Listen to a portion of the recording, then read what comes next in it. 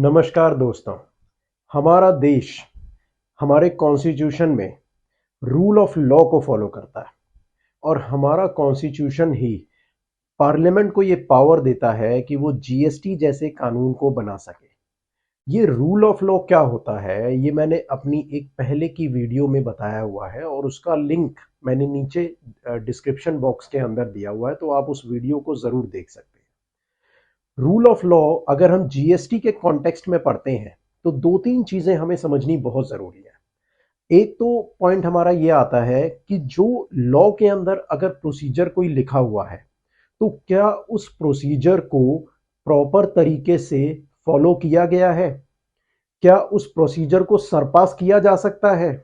तो मैं अपना ओपिनियन बताता हूं आपको कि अगर लॉ के अंदर कोई प्रोसीजर लिखा हुआ है तो every person is bound to follow that procedure. ऐसा नहीं हो सकता कि उस प्रोसेस को, उस प्रोसीजर को सरपास करके आप लॉ के आगे के कामों को पूरा कर सकते हो। तभी आपने देखा होगा स्पॉट रिकवरी जैसी कोई चीज नहीं होती। इसका क्या मतलब हुआ?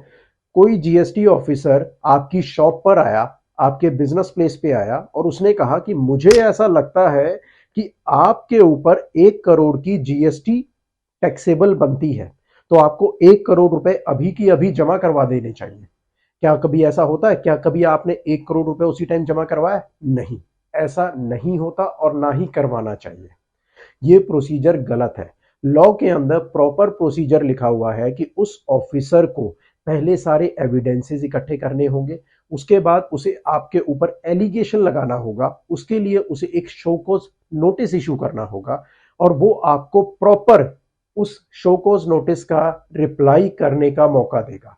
अगर आपके रिप्लाई के बाद भी ऐसा लगता है कि आपके ऊपर वो टैक्स बनेगा, इंटरेस्ट बनेगा, पेनल्टी बनेगी, लेट फीस या कोई अदर फाइन बनेगा, तो वो आपके ऊपर ऑर्डर पास करेगा और उस ऑर्डर के बाद आपको वो पेमेंट करनी होगी।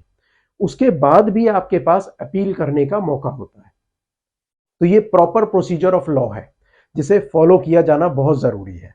तो इसका मतलब जीएसटी के अंदर कोई स्पॉट रिकवरी नहीं होती। ये तो था हमारा पहला एस्पेक्ट जीएसटी में। दूसरा एस्पेक्ट बहुत इंपॉर्टेंट है दोस्तों। क्या कभी आपने, मैं इसको एक एग्जांपल के थ्रू लेता हूं, क्या कभी आपने किसी पुलिस ऑफिसर को देखा है कि उस पुलिस ऑफिसर ने किसी एक व्यक्ति के ऊपर एलिगेशन लगाया, उस एलिगेशन को लगाने के बाद उस पर्सन को उसने अरेस्ट कर लिया, उसी पुलिस ऑफिसर ने सारे एविडेंसेस को इकट्ठा किया और एविडेंसेस को इकट्ठा करने के बाद उस पर्सन के अगेंस्ट में ऑर्डर दे दिया कि भाई आपके ऊपर, आपको 6 महीने की सजा दी जाती है और इतना फाइन या पेनल्टी या टैक्स आपके ऊपर लगा दिया जाता है। क्या कभी आपने देखा है कि पुलिस ऑफिसर ही खुद ही ज्यूरी हो गया, खुद ही एग्जीक्यूशनर हो गया, खुद ही जज हो गया? ऐसा तो नहीं होता ना। ठीक है, यानी कि एक ही पर्सन अपने ही केस के अंदर खुद ही तो एविडेंसेस इकट्ठे कर रहा है, खुद ही उसको इवेल्युएट कर रहा है और खुद ही उसके ऊपर जजमेंट या ऑर्डर पास कर रहा है। ऐसा नहीं होना चाहिए, नहीं होता है हमारे कॉन्स्टिट्यूशन के थ्रू। बट अगर आप जीएसटी के अंदर देखते हैं दोस्तों, तो आपको कुछ इसी तरीके का सिस्टम नजर आता है।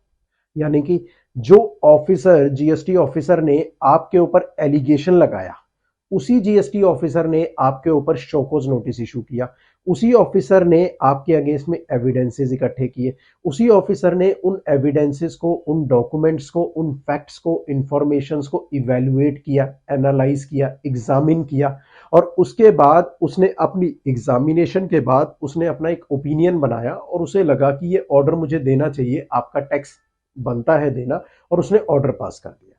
तो यहां पर आप देख रहे हैं कि एक ही व्यक्ति ये सारे काम कर रहा है।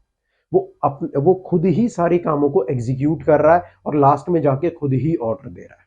तो यहां पर अगर हम समझें इस चीज को कि क्या रूल ऑफ लॉ को प्रॉपर फॉलो किया जा रहा है, देखिए ये चीज ऐसा नहीं है कि सिर्फ जीएसटी के अंदर ही है। ये पहले भी जो हमारे इनडायरेक्ट टैक्सेस थे, वैट था, सेल्स टैक्स था, हमारा जो सर्विस टैक्स था, उनके अंदर भी हमें ये चीजें देखने को मिलती हैं। तो दोस्तों, जीएसटी के केस में जब भी आप लिटिगेशन करते हो या कोई भी इस तरीके का मैटर आप हैंडल कर रहे हो, तो रूल ऑफ लॉ के कॉन्सेप्ट को जरूर देखिए, ये आपकी लिटिगेशन प्रैक्टिस के अंदर बहुत हेल्प करेगा। धन्यवाद।